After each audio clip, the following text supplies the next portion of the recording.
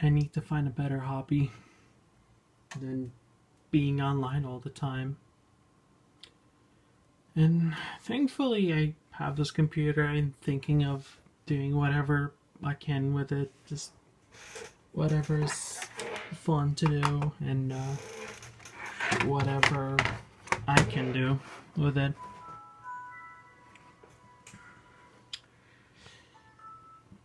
But lately, I've been having this huge issue regarding my usage of the computer.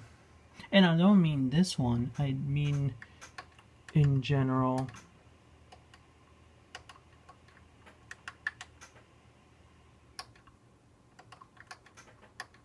Just adjusting the screen. Perfect. And it's specifically what I'm talking about is being on the internet, social media more so. See, there's a huge issue with social media these days for me. So let's say last year I would get pissed off from being on Twitter for a bit. Sometimes I would have to actively doom scroll to get annoyed. However, it feels like these days it's pretty much instant. And it's quite frustrating, I'll be completely honest.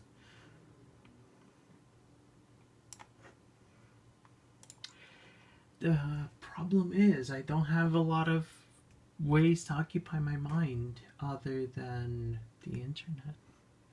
Strangely enough, I've been going to the movies a lot more and all of that, and I do want to watch movies a lot more. However, it's not really easy to get into the mood of um, doing things constantly, you know.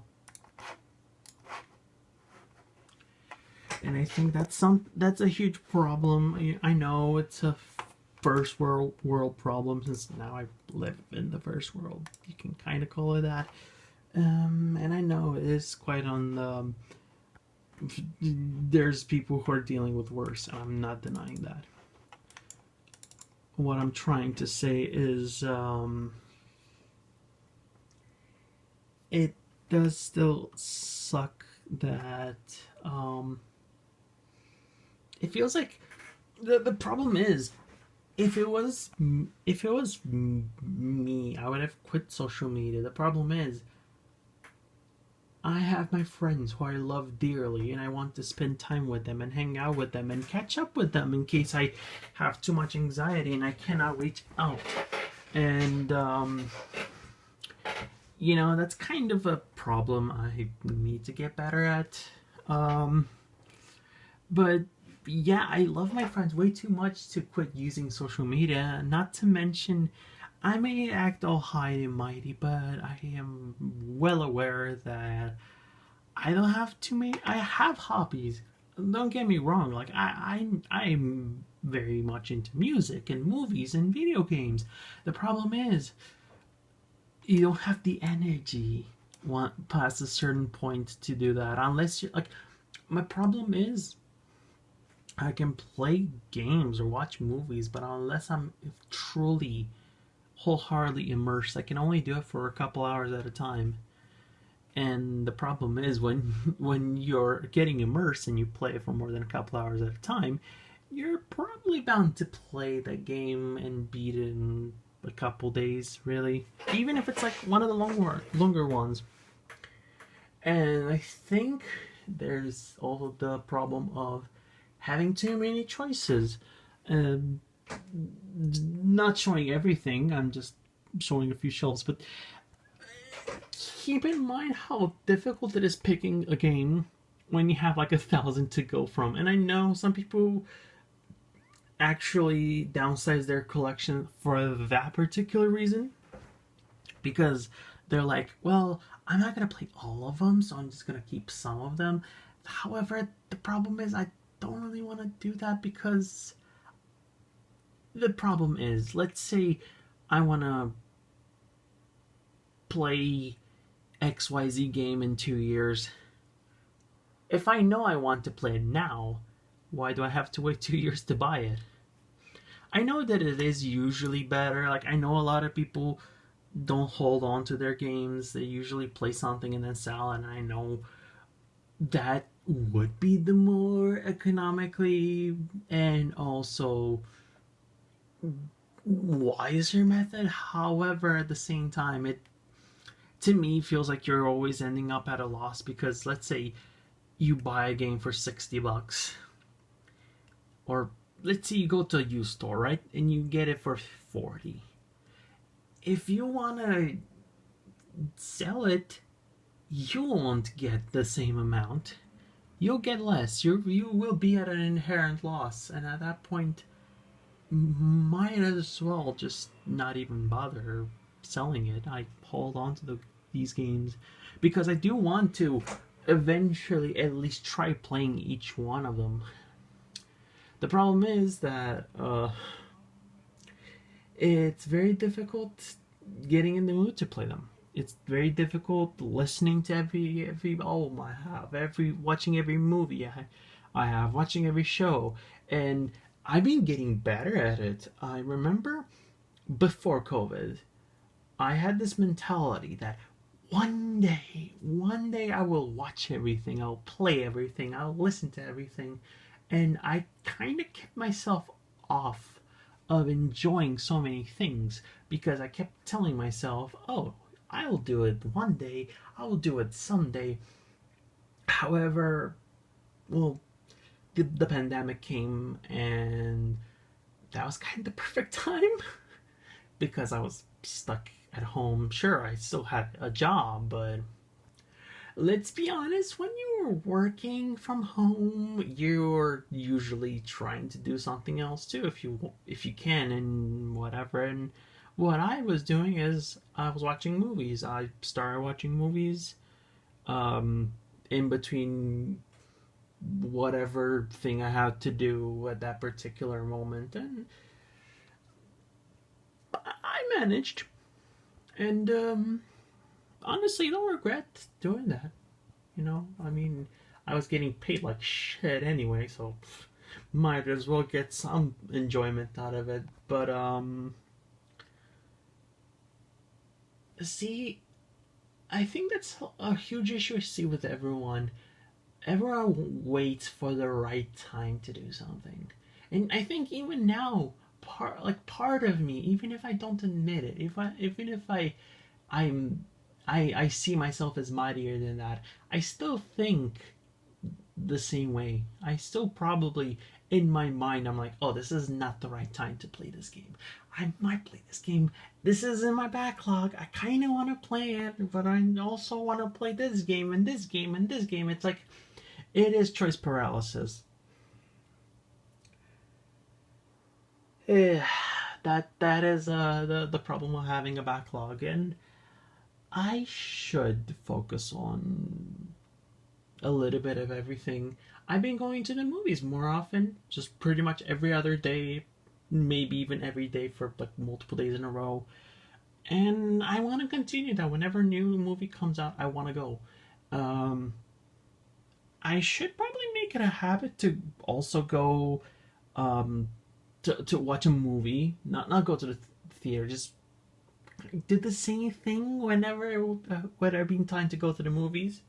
But instead, I just like pop in a DVD or a Blu-ray, and I just watch something that either I haven't seen or I haven't seen in years. And there's plenty of things I haven't seen in a while. Like I remember years ago, actually, I used to watch so many movies that I was pretty much my goal was to watch every single movie I owned at that point, and I did. I actually did. It took a while, but I did. And now I think my goal would be to watch all the stuff that I've gotten and I haven't gone to watching, and um rewatching existing ones. I might even try to set up a Discord event with friends, or I don't know, just have some. opportunity to enjoy myself. And I know I don't have to make a Discord event. However, there's this innate thing in me where I have an easier time locking in on a certain game or a certain movie or whatever if more people are doing it with me.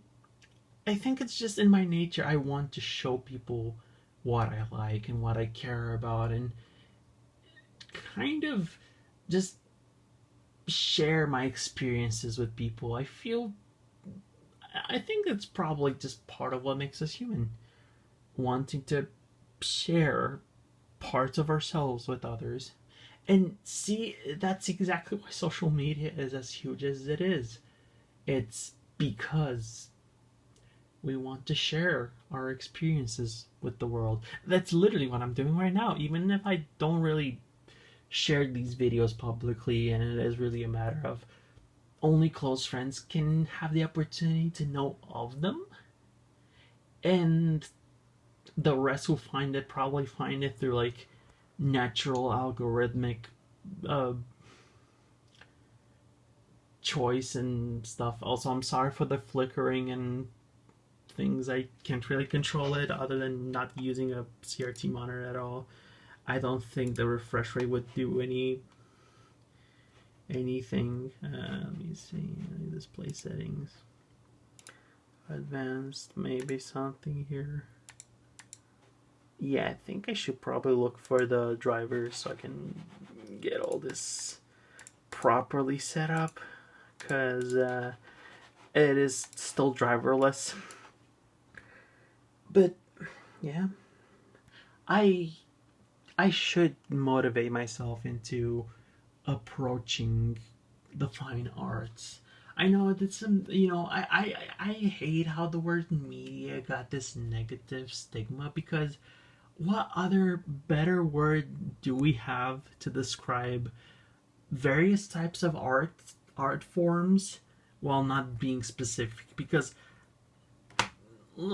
and without being pompous, because like let's be completely honest, it's kind of inconvenient to say, oh, here is my thread for movies, music, TV shows, video games, books, and everything else. I feel like that's a little too verbose, and that's why people use media.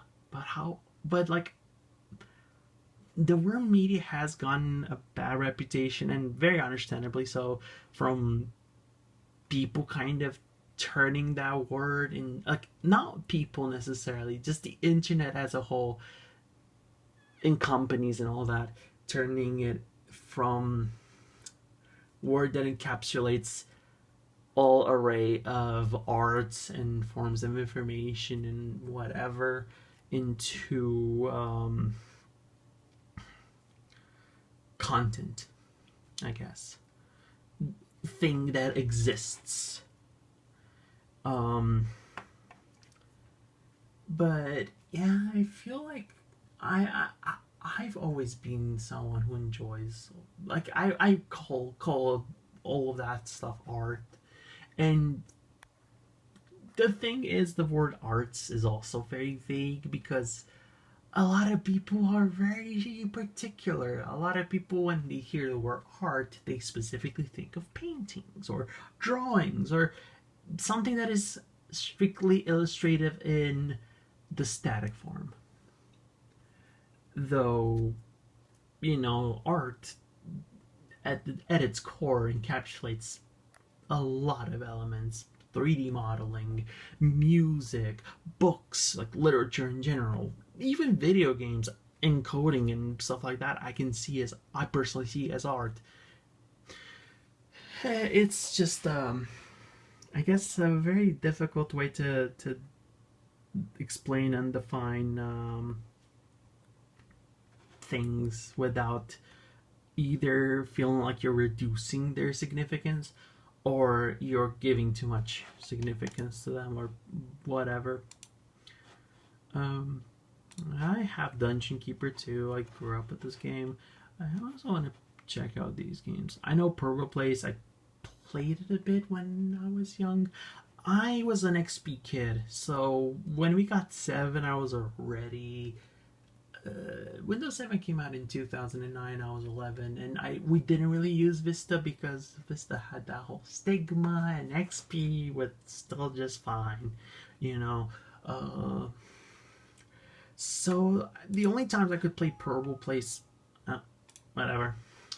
The only times I got okay, so it works. The only times I got to play Purple Places when I was a little too old for it, admittedly, because like it is a game for kids. I'm not even playing it. I don't even know why I hit beginner, but whatever.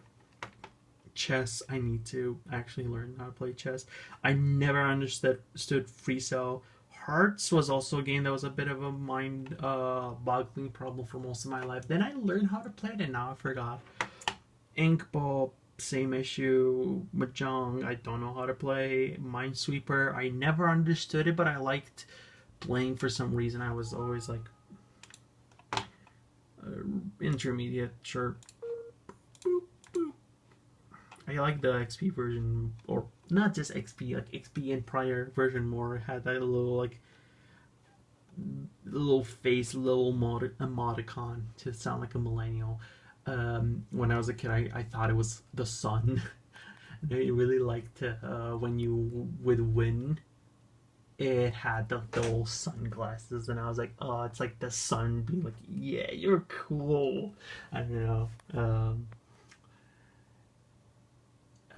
Anyway,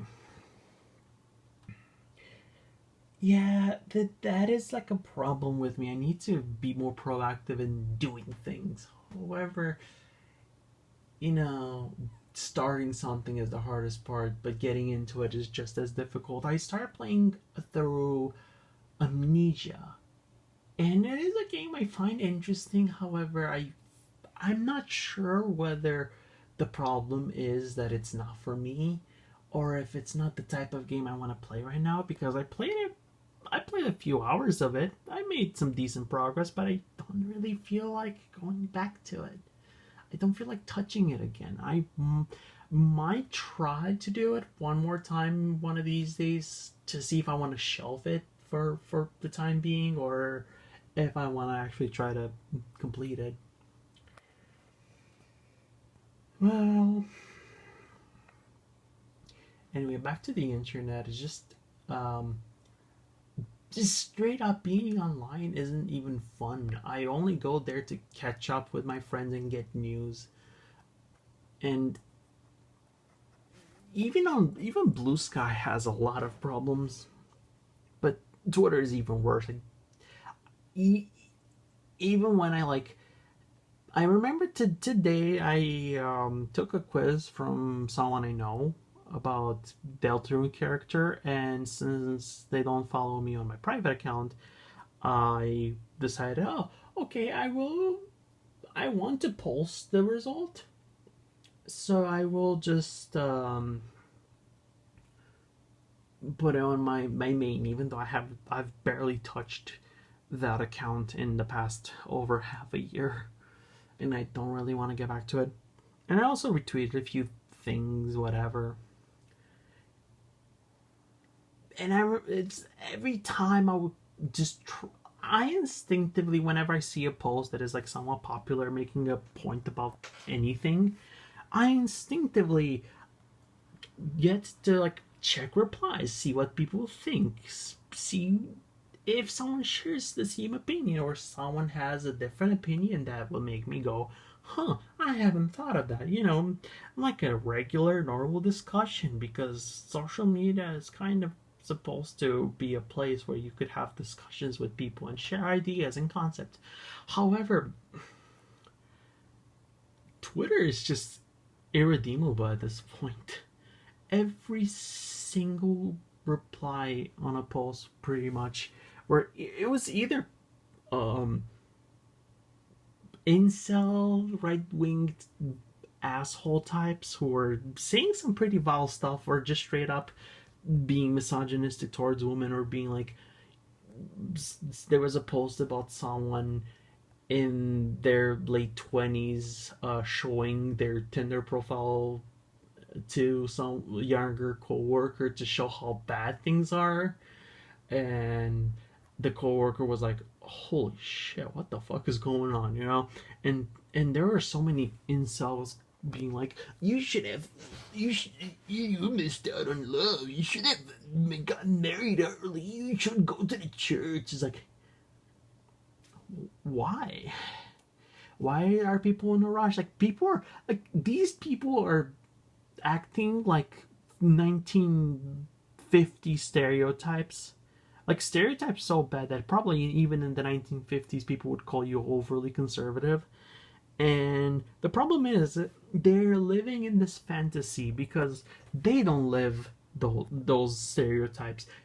Like I'm pretty certain the person who was trying to tell her to go to church, that she should have gone to church to find her lover at an early age and establish a family by whatever insert age here, that guy's probably a virgin at 35. And not to say virginity is something to be ashamed of. If you you either didn't find the right person or just didn't have luck or whatever. But what I'm saying is that these people live through these like this sort of cognitive dissonance where they're telling others what to do. Meanwhile, they don't live the life they tell others to perform. Anyway, the point is, being on Twitter is a dreadful experience. Being on Blue Sky is oftentimes not much better. Like, sure, there's not as many incels. Like, I'm going to say right from the get go that the problem with Blue Sky isn't fascists or anything. It's just people being very shallow. I don't know if this is something I can say without being torched alive by some people, but I feel like a lot of people who are into activism, they only do it shallowly. Like they there's people who believe that there's no such that even if there is such a thing as burnout, you should just pull through even if it drives you to suicide because there's more important things than your life. And I think that's quite a ghoulish way to approach things because I'm just saying we have a life to live. And I think that yes, it is important to stand up for what you believe in and be vocal, advocate for those in need, and advocate when you see actual injustice and everything. Like that is complete. Yeah, I need to install the drivers. This runs like dog poo poo. Don't save. Um, like I'm not saying you shouldn't do this. I think that speaking up for the right, like for like speaking up when you see injustice and you see discrimination is very important. However, some people don't do it for genuine pure reasons. Some people do it because they want to look good, they want to look progressive. They see um being an ally or being an advocate for political justice or for anything like that. They don't see it as a thing you should do because it's the right thing, but it's a thing that they should do because it will make them look like a better person. Because it's often the same people who think that the more you speak out, the better of a person you are, and you can even be an authority. Like there's this. It actually reminds of this one person who I think was talking about like I think it was like about the Knuckles is black discourse, and yeah, I would very much say that he is like black coded or anything like that.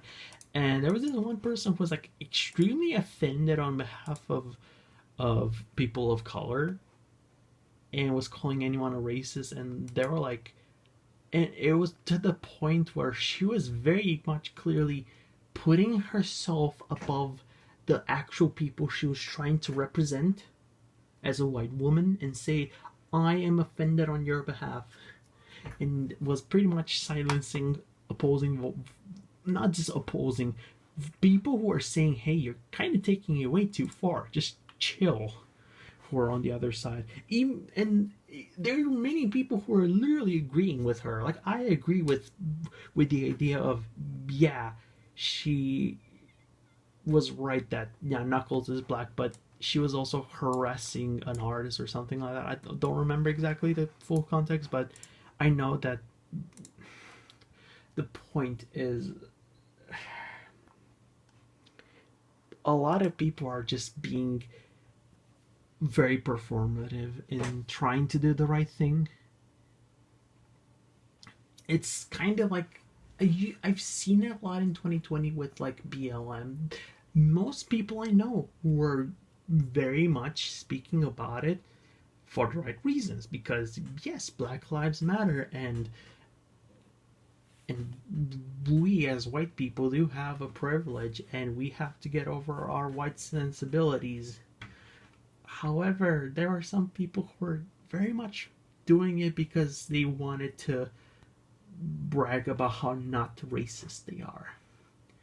And I feel like people should sniff those people out more and be more critical of them. But that's not even the worst problem about Blue Sky. I think the problem with Blue Sky is also there's a lot of nothing. Like, I hate agreeing with Twitter users when people say, oh, well, Blue Sky is boring, but at the same time, there isn't much of anything, and eventually just gets old and gets boring. So I don't even see much of value in social media. The problem is I just can't do anything else. And even when I don't scroll, right? Because like I can stop myself from scrolling, I just end up watching YouTube. And sometimes I find some genuinely interesting things, but let's say I watch 20 videos on my PC from YouTube. Out of those 20 videos, maybe at most 4 or 5 are things I would have generally clicked if I wasn't bored. And the rest are just there to kind of fill time. And I know that shouldn't be that is not the right approach. I think another huge problem is I don't really have a lot of friends here because language barrier.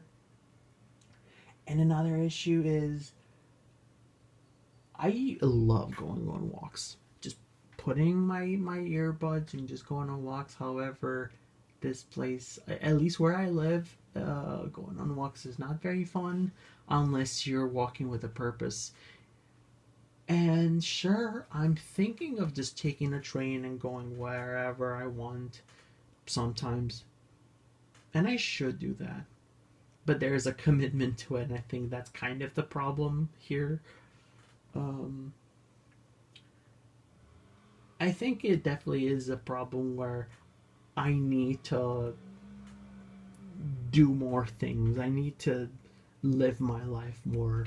I am I'm only 26, and I know that to some people I may be ancient, but ultimately, in the grand scheme of things, I'm not even one third. I'm hardly one third of the way in, and most of that one third was spent with me being a child or at most a teenager, which kind of is more or less.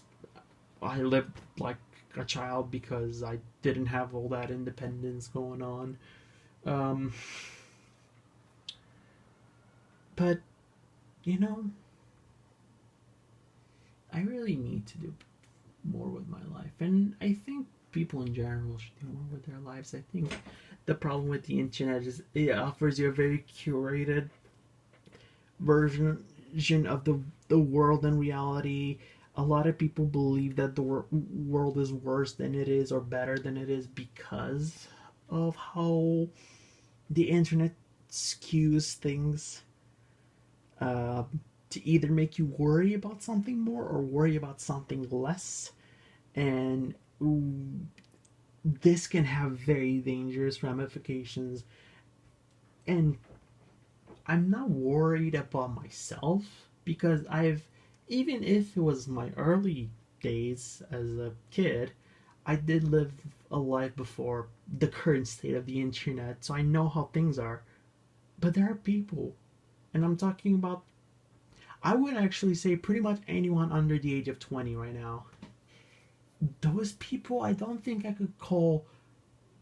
I don't think I can say someone 20 or under has lived in a world before this current internet.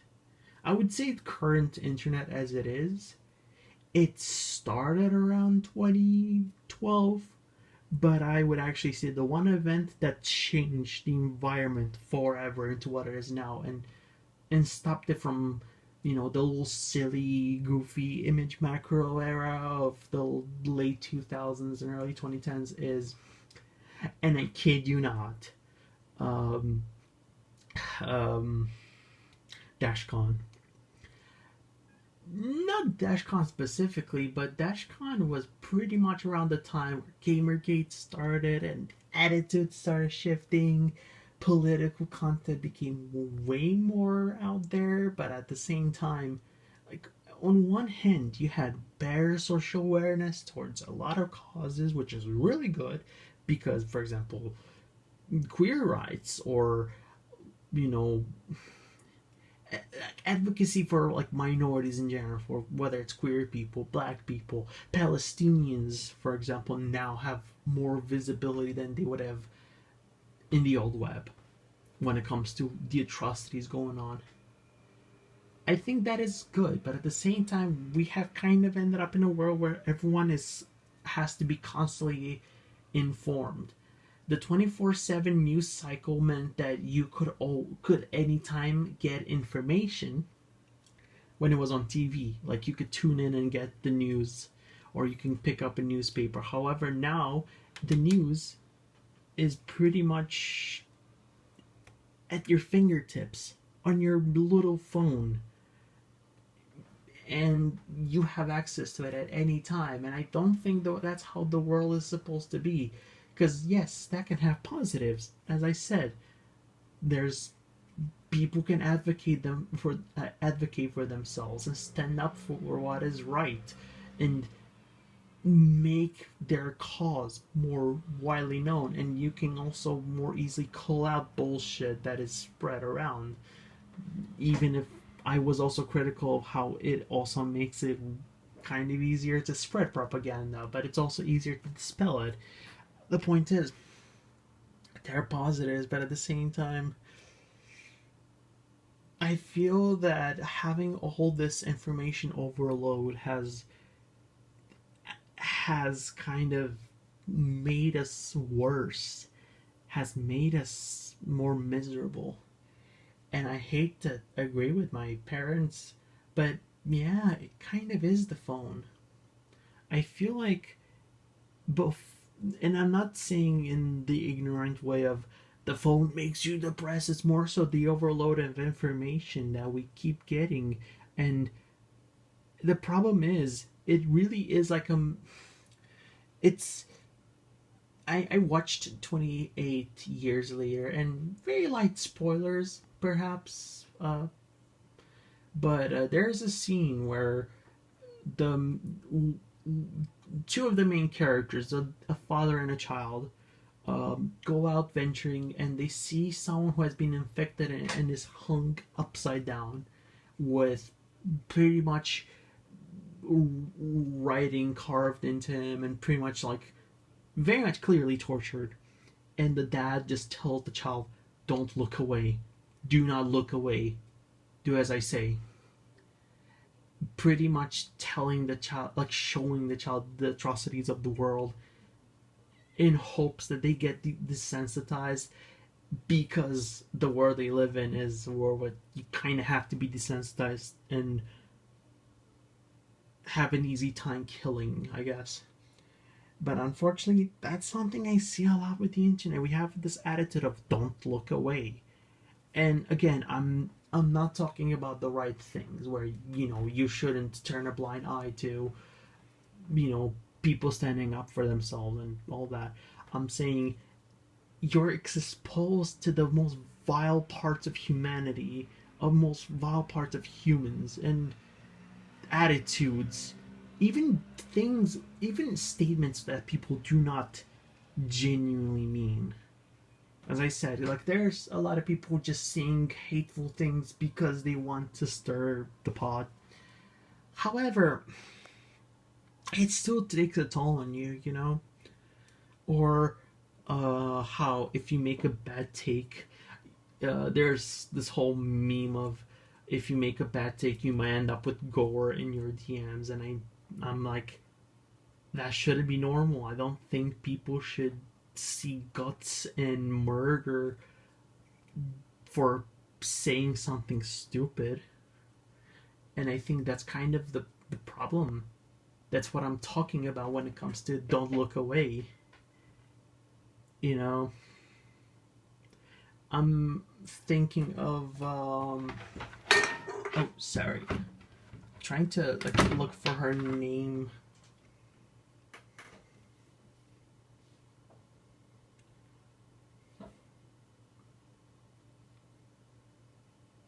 So give me a second. I know this looks like a very boomer thing because I have no editing in this. I'm thinking of Christine Chubbuck, who has committed suicide live on TV.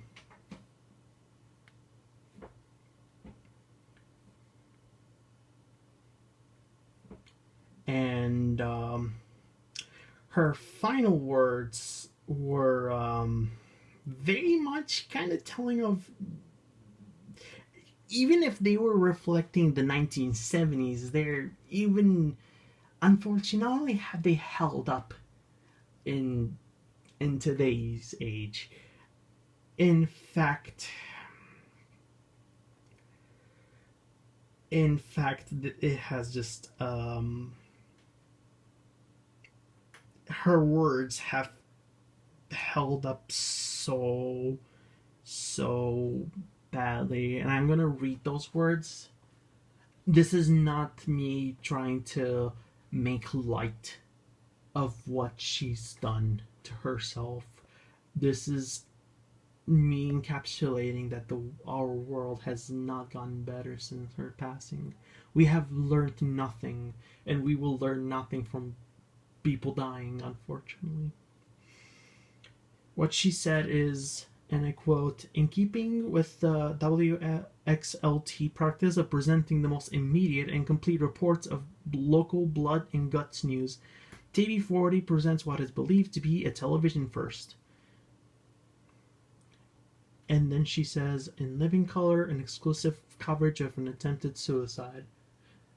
I will not follow up with what happens because I'm not going to commit suicide, at least not currently. But in the spirit of it, I'm trying to highlight the remark of most immediate and complete reports of local blood and guts news. And I feel like that's kind of the problem with the internet. It has become the most complete and up-to-date blood and guts sport news. We see it, not even just in a literal way, even in a figurative way. I don't think I need to see every piece of drama. I don't need to know every single thing. There's such an information overload that people have changed their approach in humans. There's no nuance. There's no anything. People just know so much, and yet we're as ignorant as ever. We say that we're more well informed, but at the same time, what is even the point of being more well informed if we have no notion of nuance? And don't get me started on media literacy. I'm not even talking about that. I'm talking about nuance, seeing things how they are, being realistic with very nuanced situations. And see, that's normal if you're a teenager, because yeah, as teenagers usually think a lot in like extremes, like either X or Y. It cannot be anything on like a spectrum, you know. However, unfortunately now, I think it might be. It could be a matter of the pandemic. It could be anything relating to the internet, but you kind of see grown adults sharing the same mentality of everything has to be X or everything has to be Y. They're in a situation there can only be one victim, one aggressor, or one bad thing and one good thing. Something cannot be sort of bad but not too bad. Something cannot be sort of good but not completely good.